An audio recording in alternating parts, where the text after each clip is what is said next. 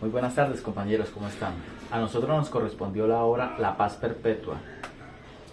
Los integrantes del grupo son Juliana Amaya, Andrea Suárez, Andrea Leiva y el que les habla, Ludwig Ríos. Esta obra fue escrita por el filósofo prusiano Immanuel Kant en el año 1795. Él, claramente influenciado por la Revolución Francesa con los ideales de igualdad, libertad y fraternidad, quería darle a entender al mundo de que la paz solo se obtenía a través de leyes y constituciones, y no a través de la voluntad y el deseo del hombre, porque el hombre es innato a la guerra y por ende en algún momento iba a fallar. El título de la obra proviene de una descripción satírica de una posada holandesa, donde decía que la paz perpetua solo se alcanzaba debajo de un cementerio, porque así se eliminaban los intereses del hombre. Esta obra consta de 6 artículos preliminares, 3 artículos definitivos y 2 apéndices. El primer artículo dice que no se debe tener como válido ningún tratado de paz que se haya manejado con la reserva. Esto quiere decir que se debe tener en cuenta como válido solo los tratados de paz que finalicen la guerra y no que la posterguen en las hostilidades. Un ejemplo de eso fue lo que sucedió en la finalización de la Primera Guerra Mundial y el inicio de la Segunda Guerra Mundial. Segundo artículo preliminar. Ningún Estado independiente puede ser comprado por otro a través de herencia, permuta o dominación, ya que un Estado no es un patrimonio, es una sociedad de hombres en la cual ellos determinan qué hacer. En la Edad Media era muy común que los estados se unieran a través del matrimonio para agrandar sus territorios, pero a futuro eso generaba conflictos por el trono.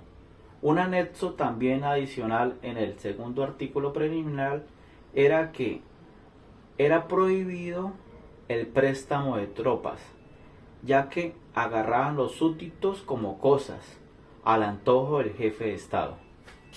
Tercer artículo preliminar. Los ejércitos permanentes deben desaparecer con el tiempo, porque eso genera una constante amenaza de guerra entre las naciones y a su vez genera una competencia armamentista. Un ejemplo de eso fue lo que sucedió en la Guerra Fría entre Estados Unidos y la Unión Soviética, porque ambos estaban en constante competencia de quién podía obtener mayor cantidad de ojivas nucleares o quién llegaba primero a la luna. Y en la actualidad se está presentando también con Estados Unidos y Corea del Norte, lo que significa una amenaza mundial. Entonces Immanuel Kant quería de algún modo u otro establecer de que los ejércitos permanentes generaban un conflicto entre las naciones. La paz perpetua. Me corresponden los artículos preliminares 4, 5 y 6. 4. No debe emitirse deuda en relación a los asuntos de política exterior. No es sospechoso la fuente de ayuda que busca esta ayuda dentro o fuera del Estado. Para el fomento de la economía nacional, la mejora de los caminos, nuevos asentamientos y la adquisición. Artículo preliminar 5.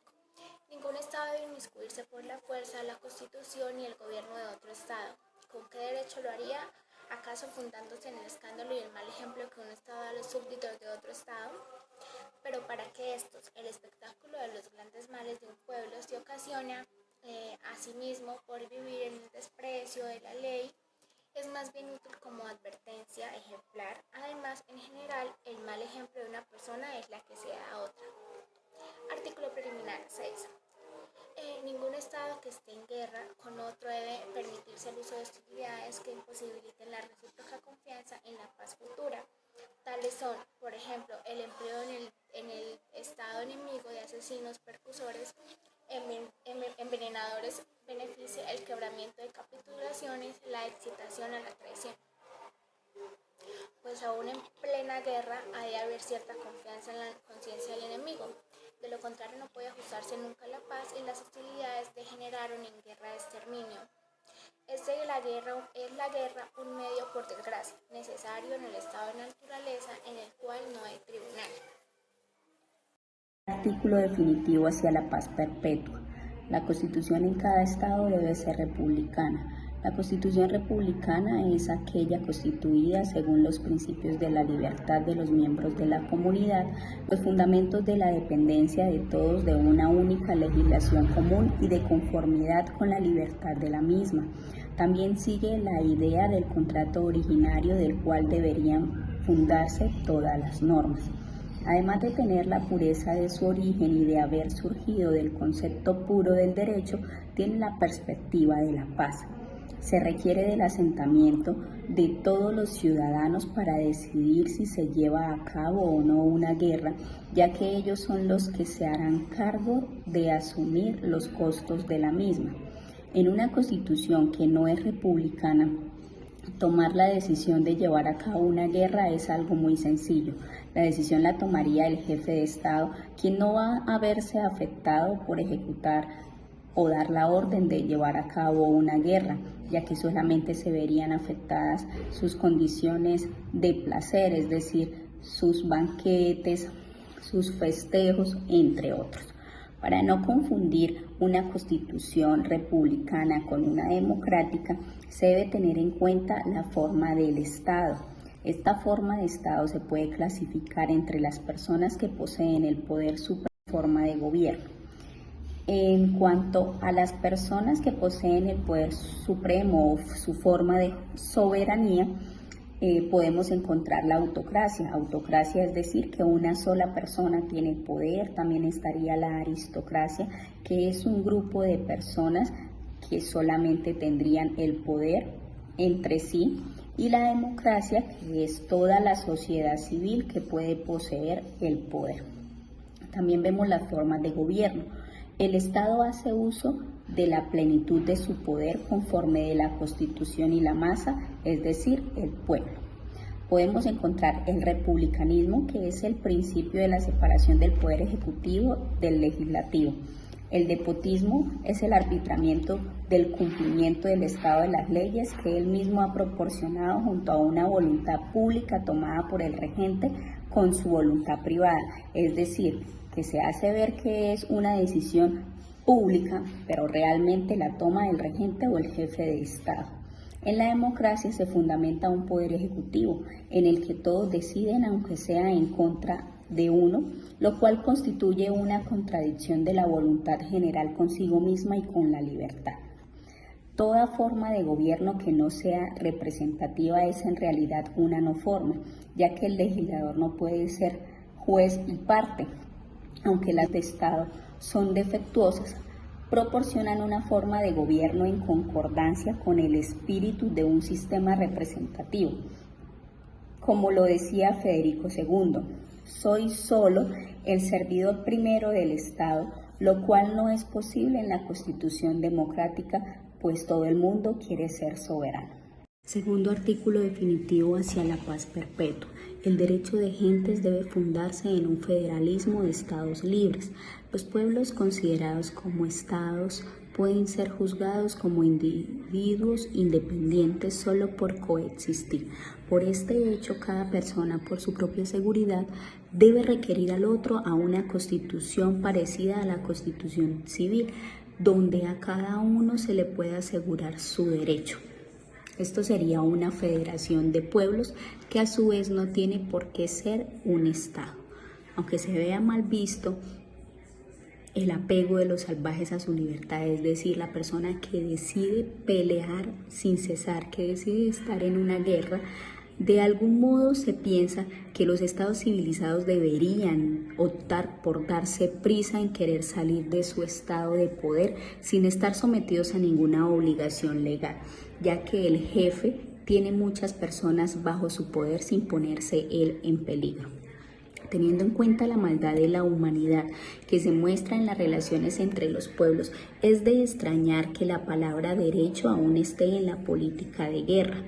La palabra derecho nunca sería pronunciada por aquellos estados que quieran hacer guerra si no fuera para continuar con la broma, como lo explica el príncipe Galo. Es la ventaja que la naturaleza ha dado al más fuerte sobre el débil, el que es este último que deberá obedecer al primero. Se puede comprender que un pueblo diga no debe haber entre nosotros ninguna guerra, pues queremos imponer un poder supremo, legislativo, ejecutivo y judicial que dirima pacíficamente nuestras diferencias. Pero por otra parte el Estado dice no debe haber guerra entre los estados, aunque no conozco ningún poder legislativo que asegure nuestros derechos. En relación al derecho de gentes como un derecho para la guerra, se podría entender que a los seres humanos así intencionados les ocurre lo correcto cuando los aniquilan, ya que llegan a su paz perpetua en su tumba, ocultando los errores de la violencia que vivieron y sus autores. Por otra parte, los estados con relación entre ellos deberían entregar su libertad salvaje, consentir las leyes públicas coactivas y construir un estado de pueblos que finalmente abarque todos los pueblos de la tierra. Pero según la idea del derecho de gentes, los estados rechazan lo que es lo correcto, ya que la inclinación hacia la injusticia y la enemistad pueden ser reemplazados por una federación vigente y continua que evite las guerras. El artículo definitivo hacia la paz perpetua. El derecho cosmopolita debe limitarse a las condiciones de la hospitalidad universal. Se trata del derecho y la hospitalidad. Significa el derecho de un extranjero de no ser tratado con enemistad en otro lugar. El extranjero no podría apelar un derecho de huésped, sino un derecho de visita que le corresponde a cualquier ser humano. También está el derecho de superficie, que es poder acceder a los lugares más lejanos a través de medios de transporte que los acerque más a estos lugares mediante una relación pacífica que se convertirá en una relación legal y pública. Si se compara el comportamiento inhospitalario de los estados civilizados de nuestra parte del mundo, produce espanto la injusticia que demuestra la visita de países y pueblos extranjeros.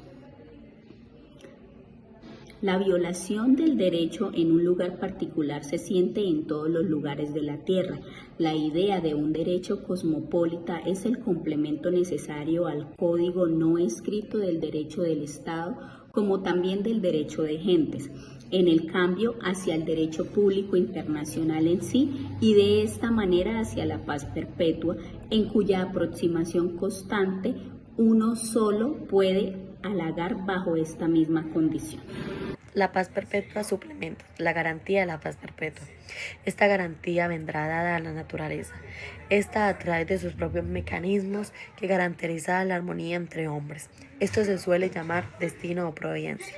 Kant prefiere hablar de naturaleza porque es más fácil de comprender y alcanzar pues la razón, que el de providencia por sus connotaciones religiosas, a lo que Kant nos hace referencia que debemos tener más armonía con nuestra naturaleza y mirar más allá de lo material, plata o oro que podamos obtener, de esa riqueza falsa que no nos brinda nada.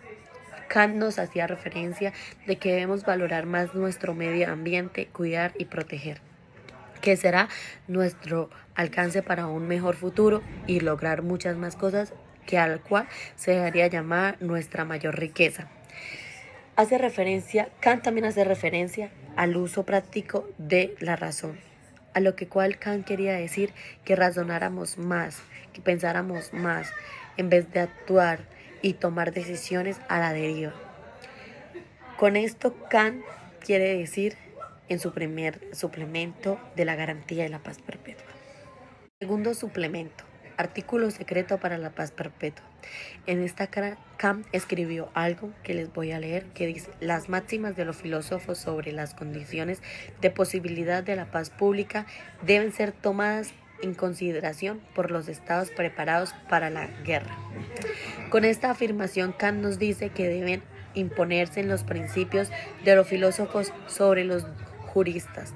Kant se refiere que debe dejarse hablar libre y públicamente a los filósofos sobre los principios generales de cómo conseguir la paz, esto impredible para los pueblos y demás ciudades y países del mundo. A lo que Kant quería decir que sí se podía lograr una paz perpetua si nosotros pensáramos más en los demás y no solamente en nosotros, en que diéramos armonía y solidaridad y pensáramos mucho más de una riqueza falsa como el dinero, la plata y el oro. Pensáramos más en una riqueza del medio ambiente y la naturaleza, a lo que en estos suplementos Kant nos quería dar a entender. Debemos valorar y cuidar.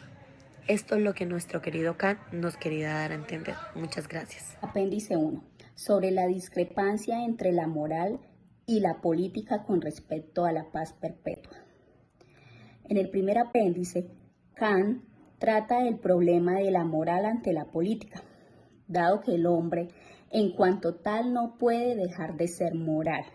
El posible conflicto entre ambas debería resolverse siempre en favor de la moral, ya que la política se inserta en un nivel posterior, pero también defiende la actuación transparente. No puede haber, por tanto, disputa entre la política como aplicación de la doctrina del derecho y la moral, que es la teoría de esa doctrina. No puede haber disputa entre la práctica y la teoría, a no ser que por moral se entienda una doctrina general de la prudencia, es decir, una teoría de las máximas convenientes para discernir los medios más propios de realizar cada cual sus propósitos interesados, y esto equivaldría a negar toda la moral. En el último término, este paso tan humano, según él, de la conciencia moral a la idea de un autor a su vez moral del mundo, afanados por alcanzar el bien moral en el mundo, nos sentimos a la vez impotentes para conseguirlo, porque las condiciones de la realización de este bien son enteramente contingentes, tanto por nuestra propia limitación como por los obstáculos que nos pone la naturaleza misma. A la vez, el único medio que tenemos a nuestra disposición para considerarnos a la altura de ese final moral que, según quisiéramos, regiría el mundo es esforzarnos aún por alcanzarlo. Se trata, a fin de cuentas, de una necesidad y una utilidad muy humanas, como muestra el propio Kant. Hay un fundamento moral puro de la razón práctica para admitir esta causa, pues puede hacerse sin contradicción, como no fuese sino para no correr el peligro de considerar ese afán en sus efectos como totalmente vano y dejarlo así desfallecer. Apéndice 2. De la armonía entre la política y la moral, según el concepto trascendental en el derecho público. Si en el derecho público, tal suelen concebirlo los juristas, prescindimos de toda materia, las diferentes relaciones dadas empíricamente entre los individuos de un Estado o entre varios Estados, solo nos quedaría la forma de la publicidad, cuya posibilidad está contenida en toda pretensión del derecho. La capacidad de publicar se debe recibir en toda pretensión de derecho. Ahora bien, como es muy fácil darse cuenta si de esa capacidad de publicar se recibe o en un artículo particular, las acciones referentes al derecho de otros hombres son injustas si su máximo no admite la publicidad. Una nación crece en poderío hasta el punto de hacerse temible. Otras naciones más débiles, creyendo que guerra o querrá oprimirlas, puesto que puede hacerlo, fingen tener derecho a unirse o a atacarlos. Si un Estado pequeño separa en dos pedazos el territorio de otra nación mayor, siendo para la conservación de esta última es necesaria la reunión entre la reunión de los dos trozos para poderse hacer y llegar a un acuerdo.